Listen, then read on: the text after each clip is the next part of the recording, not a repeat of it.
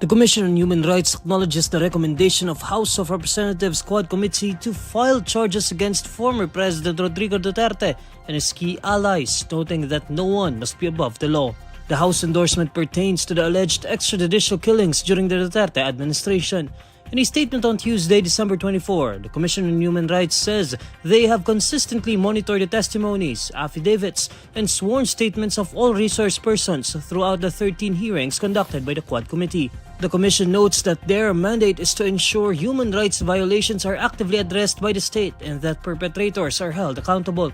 The agency adds that it is high time for everyone to recognize that true justice requires sustainable and humane solutions and that measures to prevent future injustices should be established. Last week, the Quad Committee recommended charges against Duterte and his allies for violating Republic Act No. 9851 or the Philippine Act on Crimes Against International Humanitarian Law, genocide, and other crimes against humanity. The other individuals included in the recommendation are Senators Bato de la Rosa and Bongo, former Philippine National Police Chiefs Oscar Albayalde and Debold Sinas, former Police Colonel Roy Nagarma, former National Police Commission Commissioner Edilberto Leonardo, and Ghost Aide Ermina Muking Espino.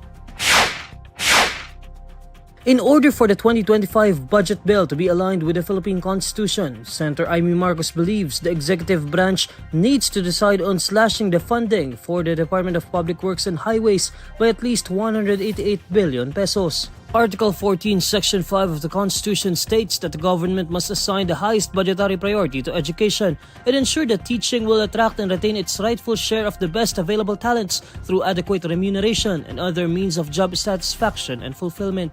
But the 2025 General Appropriations Act approved by the Bicameral Conference Committee that reached President Bongbong Marcos's table has an allocation of 1.1 trillion pesos for DPWH, while the Department of Education will receive 737 billion pesos.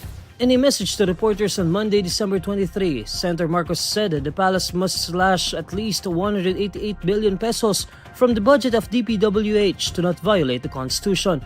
Senator Marcos likewise explained that if his brother, President Marcos, does a line-item veto just like he initially intended to do, he cannot use the appropriations of the items vetoed to fund or augment other items in the budget. Senator Marcos said that the palace will have less projects to fund, which may translate to a deficit lower than what was originally programmed. She then proceeded to explain that the unprogrammed funds can only be released if there is excess income or if there are new sources of funds not included in the budget of expenditures and sources of financing. President Marcos is set to sign on December 30 the 2025 General Appropriations Act containing the proposed 6.3 trillion peso national budget. The signing of the General Appropriations Act was initially scheduled for December 20, but this move was deferred as the measure was still being assessed by the President. According to Executive Secretary Lucas Bersamin, certain items and provisions of the national budget bill will be vetoed in the interest of public welfare. Defense Secretary Gilberto Teodoro Jr. says the Philippines has a right to allow the deployment of the United States missile system in the country despite China's continuous opposition to it.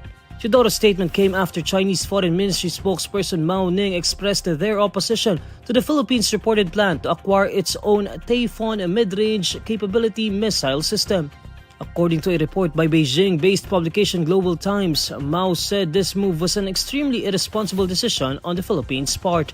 Mao was quoted in the Global Times saying that the Philippines' action is provocative and dangerous, which will create regional tensions, incite geopolitical confrontation, and provoke an arms race.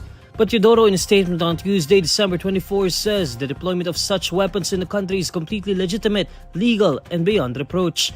Teodoro adds that any deployment and procurement of assets related to the Philippines' security and defense fall within the country's own sovereign prerogative and are not subject to any foreign veto. The Typhoon missile arrived in the Philippines from the United States on April 11 and was first used during its bilateral war games. The Philippine Army said the ground-based missile system was also used for the bilateral army drills between Manila and Washington, which concluded on September 22.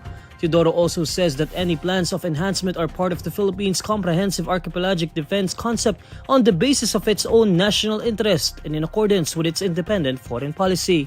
According to Teodoro, the country's move of deploying such weapons is not targeted against specific countries, but rather it is targeted against security risks, threats, and challenges.